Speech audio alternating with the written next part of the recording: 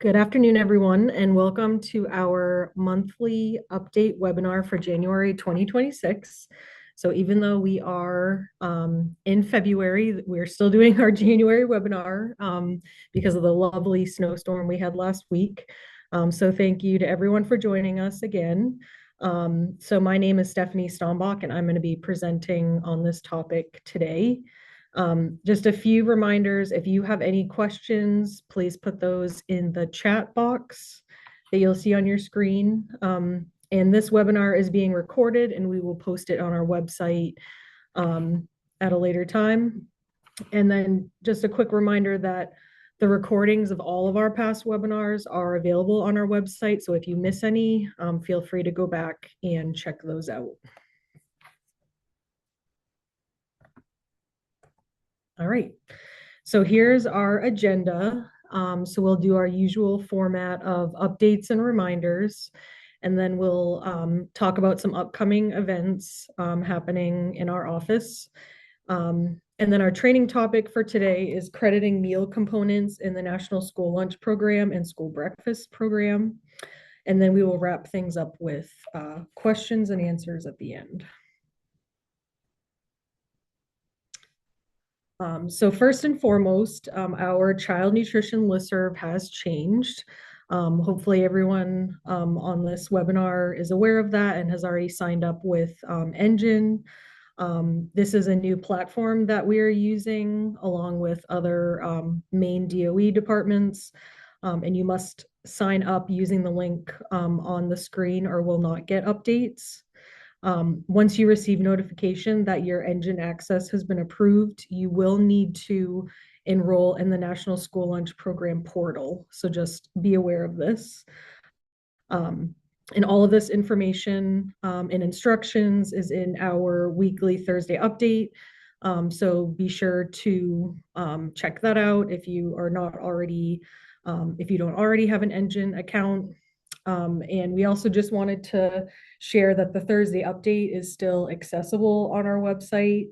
And the Thursday update is the weekly newsletter that we share. And this is where we include important updates, trainings, and events. So it's important that you're reading this each week to stay current. And so if you have any questions, once you've looked at the information on signing up for Engine, please contact Paula. The next update is the Community Eligibility Provision, or CEP. So with concerns about upcoming cuts in SNAP, we might see a drop in students that are streamlined certified for school meals through the direct certification list or DC list. So now we're really encouraging schools and districts to look at your data. So some important notes for CEP is if you qualify but are not currently participating, this is the time to look at your numbers. And the numbers that are looked at are as of April 1st. So it's April 1st data. To qualify for CEP, at least 25% or more students enrolled must be on the DC list. And if you already participate in CEP, we still recommend to review your numbers to maximize the amount of students on the DC list, and potentially starting a new 4-year cycle as you will have more students on the list and can get a higher, have a higher percentage qualify. If you have any questions on CEP, contact David. He's going to be doing multiple webinars this month that will go into more detail in the process. So I encourage everyone to sign up for those webinars to get more information. Next is USDA foods. So the annual survey is open, and the deadline to place the order has been extended through February 20th, and that's at 4 p.m. So the PAL entitlements have been updated. So that's your planned assistance level. So those have been updated. And if you've already completed your annual survey, there's still time to edit. So be sure to take a look at that. Um, and black bean burgers is a new product that's going to be offered through the annual order. It is a fully cooked black bean burger patty. And because this is a crediting webinar, I, of course, have to include the crediting information here. So a 3.5 ounce burger patty equals a 2 ounce equivalent meat alternate for those that are interested. And of course, this is a good option for high schools to hit your 2 ounce meat alternate. So some ideas for using this product is you could menu a Southwest black bean burger, a Fiesta wrap, a ranch black bean burger, and of course there are other recipes available to check out as well. So if you have any questions on USDA foods, please contact Terry. She is our USDA foods coordinator. So on-site monitoring forms. So these were due on February 1st. Again, they're not due to us. You would complete them and then file them internally at your office or your schools. So if you haven't done them, please add to your calendar because they are a really helpful self-monitoring form to use.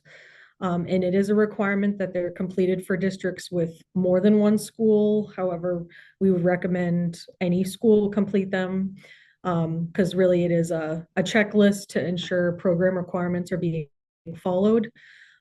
There's a form for lunch, breakfast, and then if you participate in the fresh fruit and vegetable program and after school snack program, you do have to monitor those programs as well. After school snack is twice a year, so it's a little different.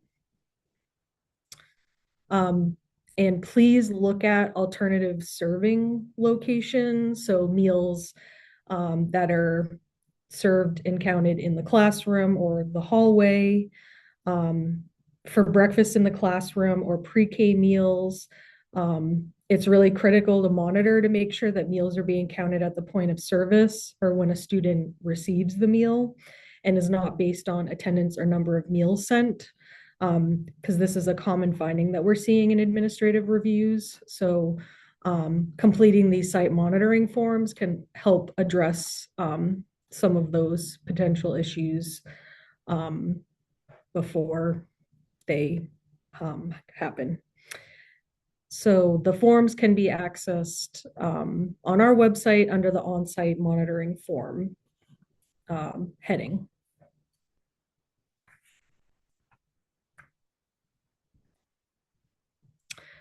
Buy American tracking. So just a reminder that SFAs are required to track all non-domestic commercial food purchases.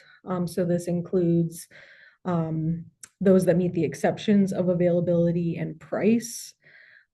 This school year 25-26, the non-domestic food cap is 10% of total food purchases. And we do have a tracking form that can be used to assist with tracking.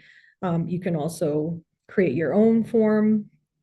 We are also looking at this and we ask for it during administrative reviews. So please start to track these items so you can see where you're at with the 10% cap. So there are also some recent policy memos that were released from the USDA. So the first one is product formulation statement templates and sample statements. So these are documents to help manufacturers provide clear and consistent documentation for how their products meet meal pattern requirements. And then on the program operator side, it also includes tips for evaluating a product formulation statement. And we're going to talk more about product formulation statements because those are used to determine crediting of certain items. And then the other policy memo I wanted to mention was the Whole Milk for Healthy Kids Act of 2025. I'm sure many of you have heard about this. So Basically, what it does is it permits schools to offer 2% in whole milk in the National School Lunch Program, in addition to low fat and fat free options, both flavored and unflavored milk. This is effective immediately and it applies to lunch only. So here are some upcoming events in our office. So we will have multiple webinars on CEP this month and in March. And this is to get people ready to pull their April 1st data. So we have 3 scheduled, February 23rd, March 5th, and March 27th. So be sure to sign up for one of those webinars. And then save the date for a webinar that Jody is going to do on May 19th. This will cover the annual financial report. This report is due each year and it's self-reported data from the district. So it's important to know how to complete this report accurately. And it generates per meal cost and other information that we look at during reviews. It also shows the overall financial status of the food service program. So it's important to understand how to complete it. As far as financial office hours, Jody holds these on various topics. The topic this month is a review of monthly financial reporting. This will also help with the annual report. And then we are holding one last ServSafe exam for this current school year, and it will be held in our office on March 26th. And then we also have some additional in-person trainings and workshops. So we are excited to host a production records and cycle menu workshop. So this is taking place during February break, and we have a lot of people interested in this. So sign up to secure your spot.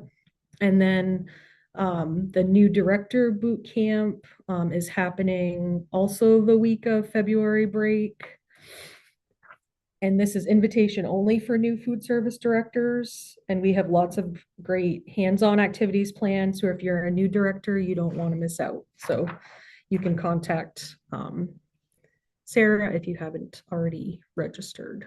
So lots of good trainings happening in the next month or so. All right, so now we are going to move into our training topic, which is crediting. So school nutrition directors are responsible for menu planning and making sure students are getting a nutritious meal that meets the USDA guidelines. So there are many different components that go into successful menu planning and is shown on the screen here. So this includes, first of all, understanding the meal pattern, staff completing production records accurately, having access to product information and tools like standardized recipes, and then lastly, having an understanding of crediting, which is what we're going to discuss today. And we are focusing on it because we're still seeing some confusion in the field with this topic, and it does take time to master. So the more you hear it, the easier it can be to understand it. So there are 5 components in the National School Lunch Meal Pattern. So you have fruits, vegetables, grains, meats, and fluid milk. And then there are required minimum serving sizes for various grade groups. So here I've highlighted the components that we're going to focus on today for crediting purposes. So you'll notice that fruits and vegetables are listed in cups, and then grains and meat alternates are listed in ounce equivalents. So this is helpful to keep in mind when you're determining the crediting of different components. So what exactly is crediting? Maybe this is the first time that you've heard this term. So it is the process used to determine how specific foods count towards the meal pattern requirements. And there's a saying I came across recently that I think is helpful to keep in mind when you're thinking about crediting. And this is that all foods are not created equal. So this can help guide you to understand how to credit different items. So for example, on the screen, 2 ounces of chicken nuggets is not going to credit the same as 2 ounces of whole muscle grilled chicken. The chicken nuggets have breading and other ingredients that contribute to the weight, but not the protein in the item.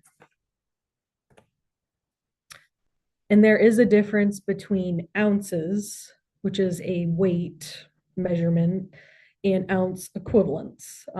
So here's another example using sliced bread versus a muffin. So bread credits ounce for ounce. So a 1 ounce slice or 28 grams, because 28 grams equals 1 ounce by weight, equals a 1 ounce equivalent. However, this isn't the case for muffins because there are additional ingredients such as butter, eggs, sugar that contributes towards the weight, but not the grain itself. So a 55-gram muffin equals a 1 ounce equivalent. And because both products have 16 grams of grain, they also credit as a 1 ounce equivalent. One just weighs more than the other. So grains are credited based on ounce equivalents, and you're going to hear this term a lot. So it might get stuck in your brain. So grain items contribute to the meal pattern by the weight of the creditable grains in the item. So again, like with the previous slide, both the bread and the muffin have 16 grams, and 16 grams of grain equals a 1 ounce equivalent. So this is a standard guideline that you can use, and you might see it through documentation from the manufacturer. So meat alternates are also credited based on ounce equivalents. They contribute to the meal pattern by the weight of the actual meat in the product. And for a lot of meat items, they contain additional ingredients that are not creditable. So in this example, deli meat contains ingredients such as water and fillers. So a way to look at this is a 2 ounce serving of deli turkey is not going to credit as a 2 ounce equivalent because you do have this portion of it that's water, fat, and fillers and not the meat itself. So here are some common meat alternates served in schools, and they all equal a 1 ounce equivalent. So you might notice as you go through the list that the serving size and the creditable amount do not always match. So for example, the second one down with tofu, a 2.2 ounce portion of tofu equals a 1 ounce equivalent. And then towards the bottom, I've highlighted deli turkey. So a 1.6 ounce serving of deli turkey equals a 1 ounce equivalent. And then 1.2 ounces of deli ham is a 1 ounce equivalent. So they do not credit ounce for ounce, and it's because of the additional water and added fillers. So basically, the takeaway for this is the serving size and the creditable amount are not always the same. So now we're going to review the various tools to credit different foods and when to use them. So we're going to go through each of these. And hopefully many of them are familiar and you've heard of them before. So we're going to start with the food buying guide. So I like to think of the food buying guide as it really lists raw ingredients, such as meats, grains, fruits, vegetables. It does have some other processed items as well. But I think it's helpful to kind of think of it in terms as this is where you go if you're looking to credit a raw ingredient.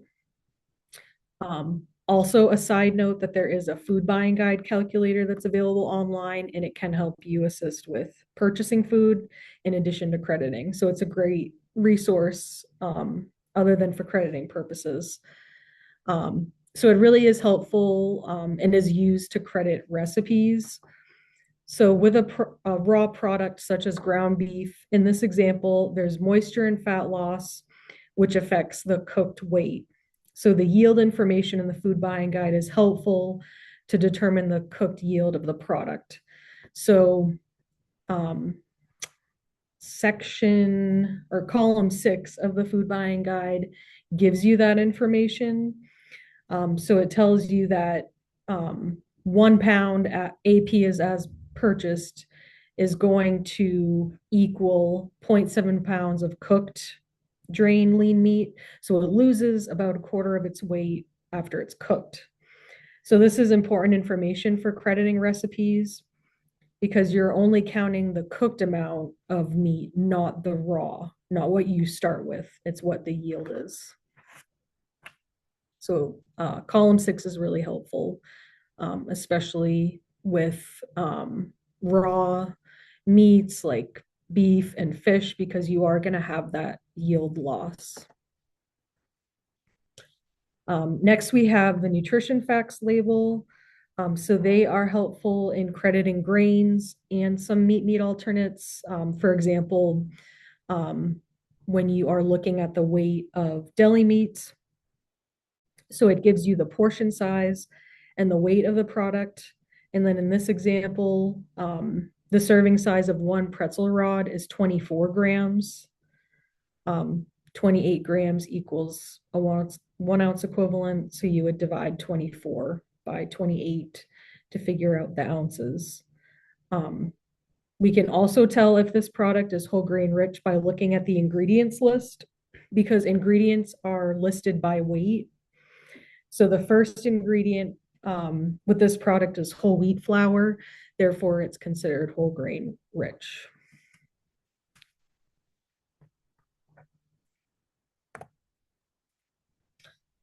This is a label taken from a box of hamburger buns. So even though it isn't a nutrition facts label per se, it does give us the information to determine the crediting. So it shows a 2-ounce hamburger bun by weight, and that's highlighted here. And the first ingredient is whole white wheat flour. So it does meet the whole grain rich requirements because white wheat flour is allowed, or whole white wheat flour. That's a mouthful.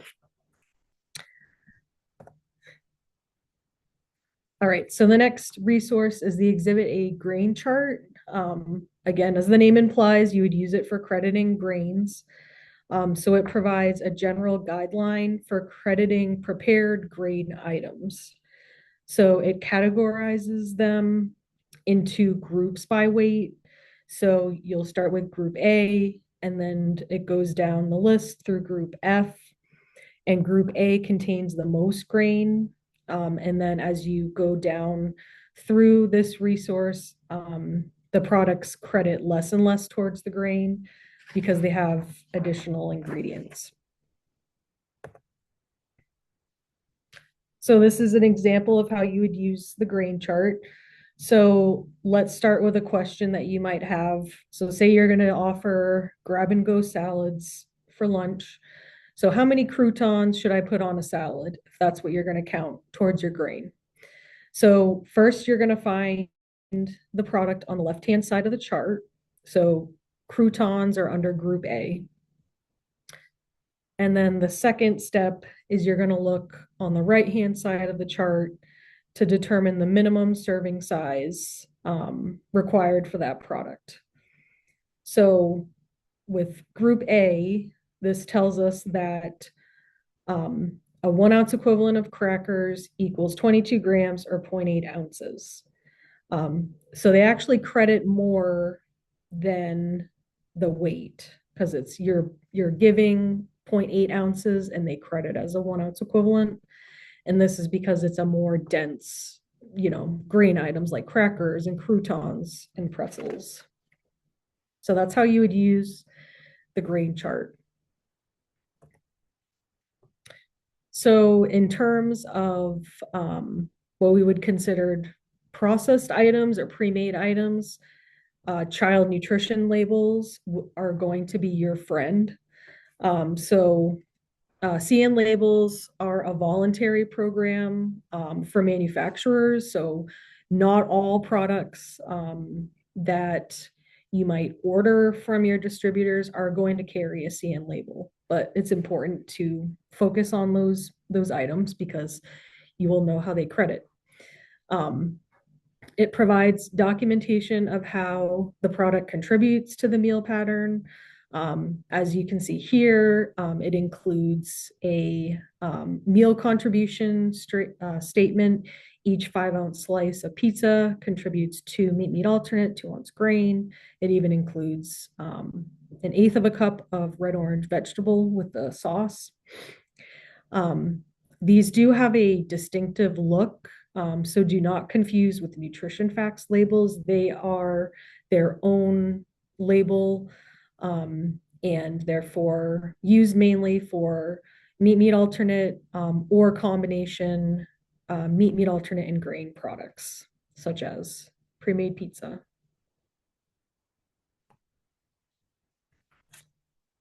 The next one is the product formulation statement.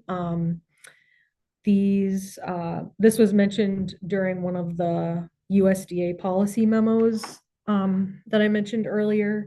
And this is a form that manufacturers complete to determine how their products count towards the meal pattern. So there are templates for documenting each component, and those can be found on the USDA website.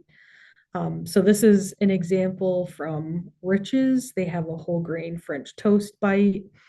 So the manufacturer completes all the sections of the form. In this one, they indicate the amount of whole grain flour, the amount of enriched wheat flour. You can see under the column credible grain ounce equivalent, there's 16 grams for whole grain, 16 grams enriched wheat flour. So the total credible amount is 2 ounces of grain. And so it includes the credible amount and a certification statement that the company representative must sign. And so you've likely seen these from manufacturers. And they are primarily used for grains and meat alternate products, but I have also seen them used for vegetables. And then this is a label from the box of the same product I just showed you, the French toast bite. So this is the product formulation statement for that item. And then when you look at the ingredients, we can tell that it is a whole grain rich product because the first ingredient is whole wheat flour. So we're kind of verifying that that product is whole grain rich. So the last resource I'm going to discuss is the USDA food fact sheet. So these are available online for each USDA product that you use. Anyone can go on the USDA website and find the information.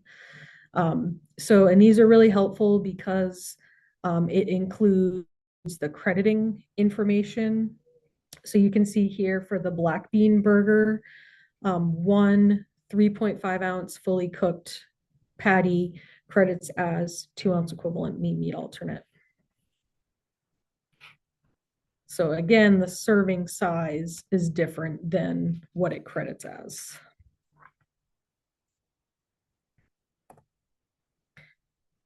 All right, so I've come up with some scenarios based on what we've discussed so far. So I want for you to think about each one for a few seconds, and then I will share the answer. So for scenario one, so you want to determine the crediting for a new blueberry muffin you saw at a recent food show. What information do you need to determine the crediting?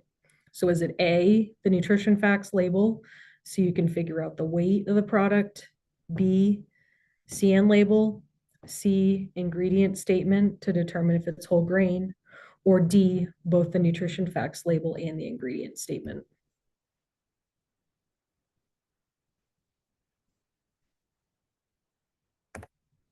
So hopefully everyone guessed D, because you need the nutrition facts label to determine the weight of the product and the ingredient statement to determine if it's whole grain rich. Then you would use this information, take the weight of the muffin, and look for muffin under the Exhibit A grain chart.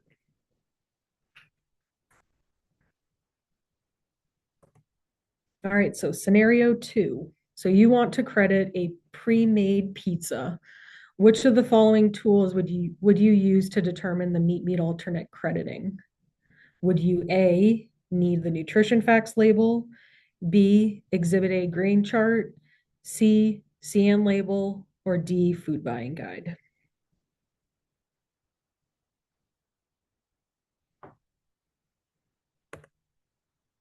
So the answer is C. Pizza contains both grain and meat alternate, so you would need the CN label because you don't know how this product contributes towards the meal pattern. If you were making your own pizza, you would have your recipe, and then we would look at the pizza crust to determine the ounces of grain per slice, and then we'd look at the amount of cheese and divide by the number of servings. So another resource you could use if the company provides it is you could go by a product formulation statement as well.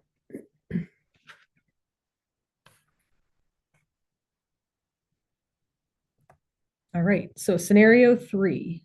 So if you are crediting a recipe for beef and cheese tacos, what information is needed to determine the meat alternate crediting? Is it A, the amount of ground beef and the percent fat, B, the amount of ground beef, percent fat, and cheese, C, CN label, or D, none of the above?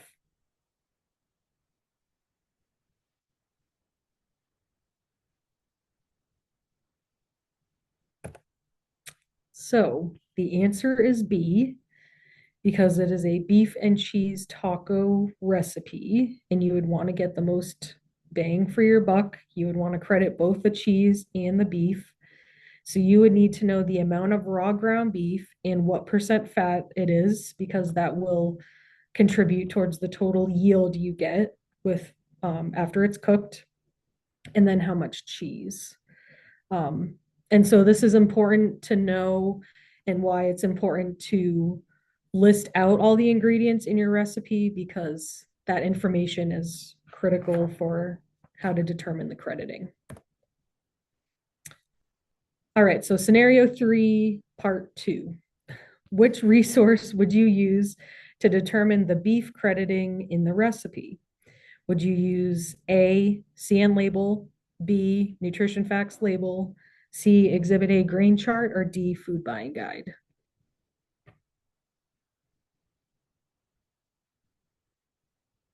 And hopefully everyone got this because I gave it away earlier. And when we were talking about the food buying guide in that example, so you would determine the amount of raw ground beef and convert to cooked weight based on the food buying guide.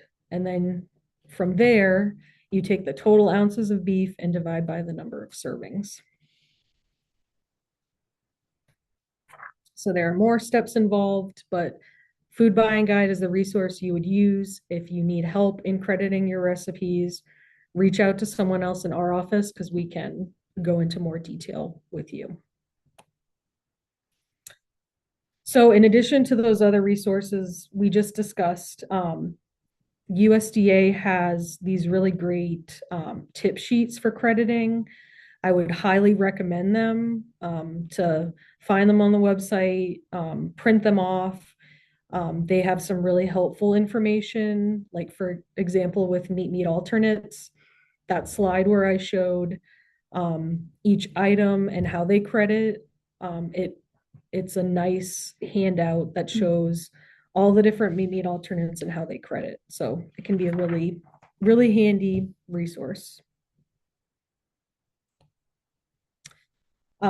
Just to keep in mind, there are some non-creditable foods. So these are examples of foods that you cannot count as a component under the USDA meal pattern. So listed here, so cream cheese, pudding, salami, potato chips, condiments. And pro tip, if it is not listed in the food buying guide, it likely is not creditable. So that's another place you can go to check. All right. So we're going to wrap this up with common crediting pitfalls. So these are things that we've come across during reviews and wanted to make sure people knew how to avoid them and things to consider. So we've seen a lot of recipes with missing or incomplete information. So here are some do's and don'ts. So do be specific with ingredients. So specify if it's a raw ingredient versus a cooked ingredient. So if you have raw ground beef, that is going to credit differently than the beef crumbles that are cooked. Another do is record fruits and vegetables in cups and not ounces, because fruits and vegetables are recorded in cups. And that's how we determine if the meal pattern is being met for those components. And please do not leave out the serving size and yield, because those are critical components of a standardized recipe. We need to know how many servings. The yield is the number of servings that you get out of a recipe. Deli bars at high schools. We commonly see them at high schools. So these are some questions that would be good to ask yourself if you do offer a deli bar. Is how much deli ham is needed for a 2-ounce equivalent? What if a student doesn't want cheese? How much deli turkey do you need for a turkey sandwich? Keeping in mind that 1.6-ounce turkey gives you a 1-ounce equivalent. So these are things to keep in mind, because whoever is making the sandwich needs to know that that student is getting a 2-ounce equivalent meat alternate portion. So some do's for deli bars. Again, with whole grain rich requirements, make sure all your breads are whole grain rich.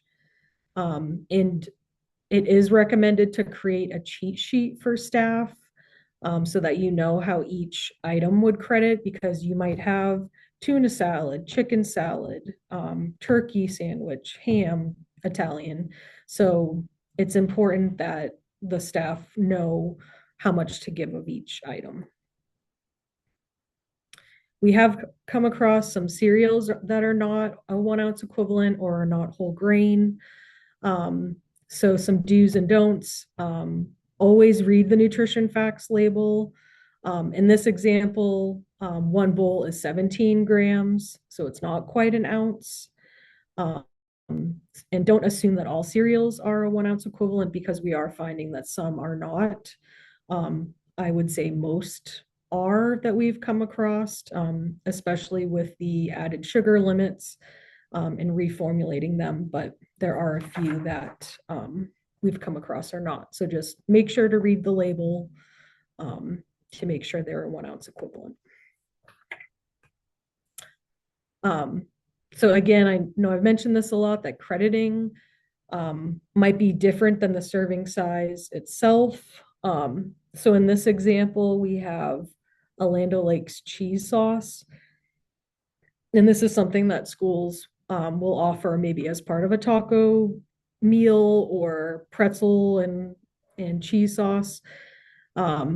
So the do's and don'ts would be, do read the product formulation statement that's listed here.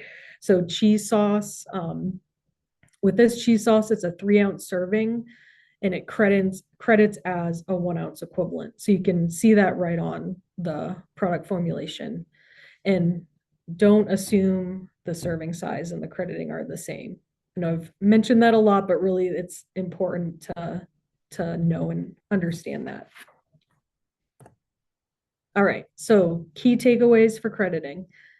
So for grains, they must meet the meal pattern contribution and be whole grain rich.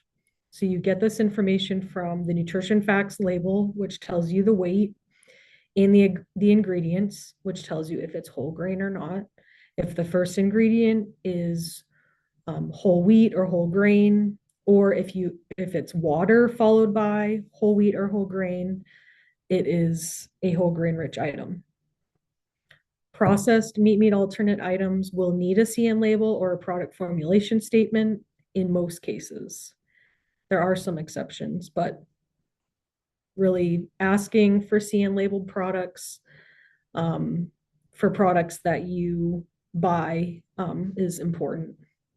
And then often the crediting of grain and meat alternates will differ from the serving size, and this is due to additional added ingredients. And I know we've mostly discussed crediting grains and protein. So I also wanted to leave you with some takeaways for fruits and vegetables. So again, some things to keep in mind is some items will credit more or less than the volume served. So for example, 1 cup of lettuce will equal a half a cup of vegetable because it's any raw leafy green this applies to. And please make sure to record serving sizes of fruits and vegetables in volume and not weight, both on production records and in your recipes. So that concludes our webinar. Hope everyone learned something from the training, and please reach out if you have any questions. My email is here, and then our website also has a lot of resources and information that we discussed. So we will see if we have any questions. And Paula is saying no. So that means I must have answered all your questions.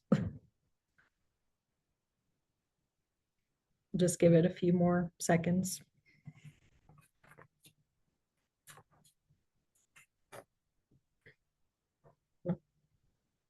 All right. Well, thank you all for joining me this afternoon, and I hope you have a great rest of your day and week.